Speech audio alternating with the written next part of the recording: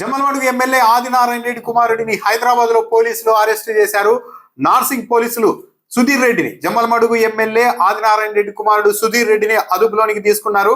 Nanakram గూడలో Telangana eagle team అంటే ఈ drugs ఈ గంజాయికి సంబంధించి తనిఖీలు చేస్తున్న సమయంలో ఈగిల్ టీం తనిఖీలు చేస్తున్న సమయంలో ఆదినారాయణ రెడ్డి కుమారుడు సుధీర్ రెడ్డి రెడ్ హ్యాండెడ్ గా డ్రగ్స్ తీసుకుంటూ పట్టుబడ్డారు.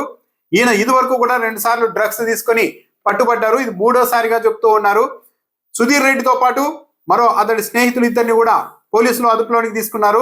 నానక్రామ్ గూడలోని ఒక అపార్ట్మెంట్ లో వీళ్ళందరూ డ్రగ్స్ సేవిస్తున్నట్లు తీసుకుంటున్నట్లు సమాచారం రావడంతో పోలీసులు రైడ్ చేసి రెడ్ హ్యాండెడ్ గా పట్టుకున్నారు. వీళ్ళు గంజాయి కూడా పీల్చారు అని కూడా వార్తలు వస్తూ ఉన్నాయి. ఇదివరకే 2 సార్లు డ్రగ్ కేసులో సుధీర్ రెడ్డి పట్టుబడ్డారు. అయితే అప్పుడు పెద్దగా బయటకు రాలేదు. ఇప్పుడు 3వసారి రెడ్ హ్యాండెడ్ గా బయటపడ్డారు.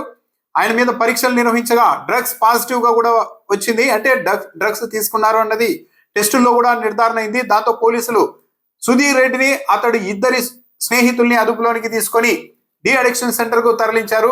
సాధారణంగా డ్రగ్స్ తీసుకుంటూ పట్టుబడిన వాళ్ళని బాధితులుగా చూస్తూ వాళ్ళని వెంటనే డి అడిక్షన్ సెంటర్ కు పంపుతూ ఉంటారు. అయితే జమ్మలమడుగు ఎమ్మెల్యే ఆదినారాయణ రెడ్డి చాలా కాలంగా రాజకీయాల్లో ఉన్నారు. ఏపీ రాజకీయాల్లో, కడప జిల్లా రాజకీయాల్లో చాలా కీలకమైన వ్యక్తిగా ఉంటారు. రాజకీయాల్లో ఎలా ఉండాలి, వ్యక్తిత్వాలు ఎలా ఉండాలి అన్న దానికి సంబంధించి వైసీపీ వాళ్ళ మీద, మరీ ముఖ్యంగా జగన్మోహన్ రెడ్డి కుటుంబం మీద పలుమార్లు ఆదినారాయణ రెడ్డి మాట్లాడారు. అయితే ఇప్పుడు ఆదినారాయణ రెడ్డి సొంత కుమారుడే సుధీర్ రెడ్డి ఇలా డ్రగ్స్ తీసుకుంటూ పట్టుబడడం అన్నది ఆదినారాయణ రెడ్డికి కూడా పెద్ద షాక్ అనే చెప్పాలి. సొంత కుటుంబంలో కుమారుడు ఎందుకు ఈ పరిస్థితికి వచ్చారు అన్న దానిపైన చర్చ నడుస్తుంది. అయితే సుధీర్ రెడ్డి కొద్ది కాలంగా కుటుంబ సమస్యలతో సతమతం అవుతున్నారు. అందుకే ఈ డ్రగ్స్ కు అలవాటు పడ్డారు అని కూడా వార్తలు వస్తూ ఉన్నాయి. ఈ డ్రగ్స్ ఎవరి ద్వారా వీళ్ళకు చేరాయి అన్న దానిపైన కూడా పోలీసులు దర్యాప్తు చేస్తూ ఉన్నారు.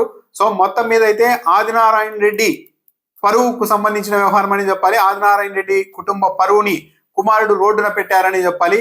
ఇకపైన ఆదినారాయణ రెడ్డి రాజకీయాల్లో విలువల గురించి, వ్యక్తిత్వాల గురించి అవతల వాళ్ళ మీద విమర్శలు చేసే అవకాశం కూడా లేకుండా పోయింది. అవతల వాళ్ళని ఏమైనా అంటే ముందు మీ కుమారుడి వ్యవహారం చూసుకోండి అని కూడా సహజంగానే ప్రత్యర్థులు అనే అవకాశం ఉంటుంది. సో దీని మీద ఆదినారాయణ రెడ్డి ఎలా స్పందిస్తారు అన్నది చూడాలి.